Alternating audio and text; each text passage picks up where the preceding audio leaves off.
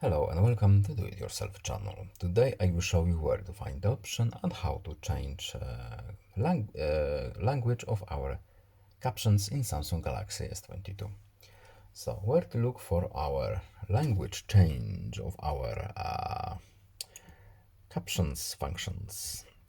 Settings, of course. Then we are looking for accessibility menu. Next, hearing enhancements, and here we have our caption preference. Then in more options we have language. By default it will use the language that our phone is set in, but we can of course change it here for whatever we need.